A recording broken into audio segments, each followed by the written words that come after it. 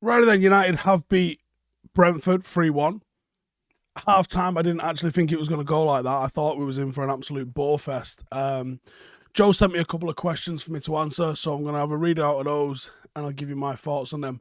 Is Ronaldo's reaction a worry? Now, I've not seen it, or I didn't see it live, and I mentioned that on the live that I did, but I have seen it. And no, I don't think it is. I think it's probably frustration. You got to remember, this is Ronaldo. You can't always take what the TV frames this as necessarily as what it is. There's every chance he's more upset with himself than he is with anything else, actually. He's probably playing with a little bit of frustration at numerous things. So, no, I don't find Ronaldo's reaction a worry in the slightest, to be honest. It's Cristiano Ronaldo. He's been petulant forever. So, no, I'm not at all. Maguire's more of a worry, I would say. Wasn't given the captain's armband when he came on. Joe says Harry's day's numbered.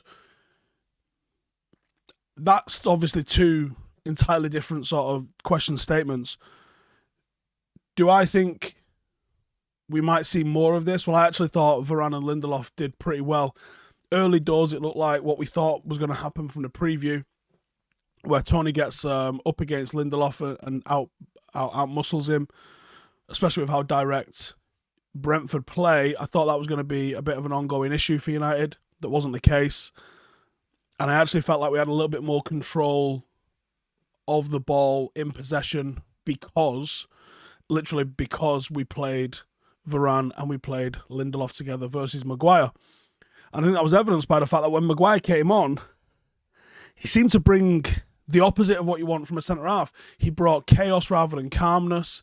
He looked jittery. He looked nervous. Centre-halves don't usually come on. And maybe he's just never experienced that. But I think his omission adds weight to the leak today that Maguire, Shaw, Wan-Bissaka are three players that Ralph Rangnick has told the seniors at Manchester United are not Manchester United level players.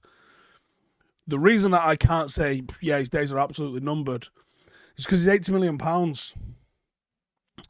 I don't get the impression that the Glazers, regardless of what the football side of the business thinks, I don't get the impression that the Glazers would happily sacrifice right off probably somewhere in the region of 30 to 50 million pound of that 80 million pound.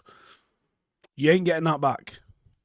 For whatever reason, you ain't getting that back. You're going to have to take a massive loss on him, and I don't think they're prepared to do that. So what's more likely to happen, looking at the management of the way they handle our assets, players, probably just allow him to stink up the place and sit on the bench and pick up a fat wage for years. Why can't United play well for a full game? It's one half or the other at the moment. I think it's still teething problems. People forget, Klopp finished 8th.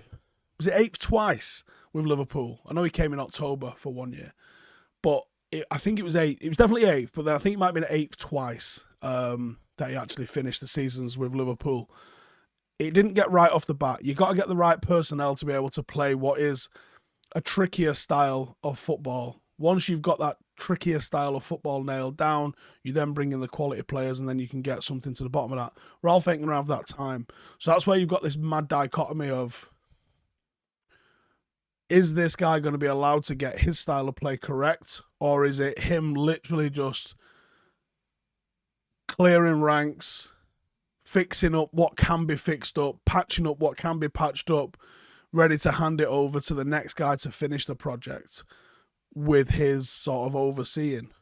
That's where the real question lies, I think, is what's the input and impact of Ralph going to be on a semi-long-term basis while he's a consultant, and is he going to be given the power and the authority and be listened to enough from the football side and the business side to be able to implement the sorts of things that he's seeing? History at this football club, recent history at this football club suggests probably not. And that's the depressing kind of thing. What positives can we take from that win? 3 academy players scoring, Marcus Rashford getting on the score sheet. Got to be good for his confidence. He's been a ghost of a shirt this entire season, and we're in January now. Go down as probably the worst season he's had in a United shirt, even if he finishes strong. I think that you can take that there was more control in the game. We held possession better. Bruno held possession better. I thought he was very good, Bruno. McTominay looked solid, which he can often do when it's a bit scrappier of a game like this. That he usually thrives in those kind of scenarios. I still don't think he's a number 6. I think he's very much a placeholder while we get a number 6 in, a proper number 6 in, or he should be at least. I thought Bruno Deeper was positive. He had a higher pass completion, and I thought overall Manchester United held the ball a lot better, and I think that was a combination of both Raphael Varane and Lindelof, as well as Bruno being slightly deeper. He did edge forward as the game went on, but he started off in the first half really disciplined kind of positional holding. And Fred getting assists.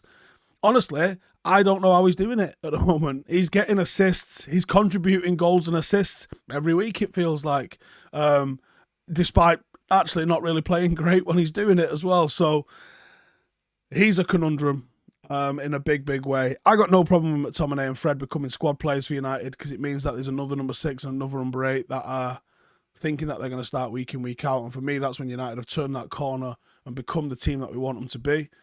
Look, it's 3 points at a tricky place. Other teams have really struggled to score there. Other teams have come away dropping points from there. Other teams have lost there. It's not the easiest place to go. And I know you're like, oh, it's Brentford. Well, yeah, but it's also a team that's extremely well run and was playing great football. And I've taken some scalps already this season. So while we're in tricky form, that's a tricky place to go to, as is West Ham, even though it's at home at weekend. West Ham's a tricky tie for United. Make no mistake about that whatsoever. That is a tricky game for United. A little bit more confident because it's at home. Hopefully a little bit more confidence in the players after tonight's performance. But far from being a foregone conclusion, United are going to struggle on Saturday. But all we can do, get behind them. Hope it's 3 points. And up the fucking Reds, innit? Nice one.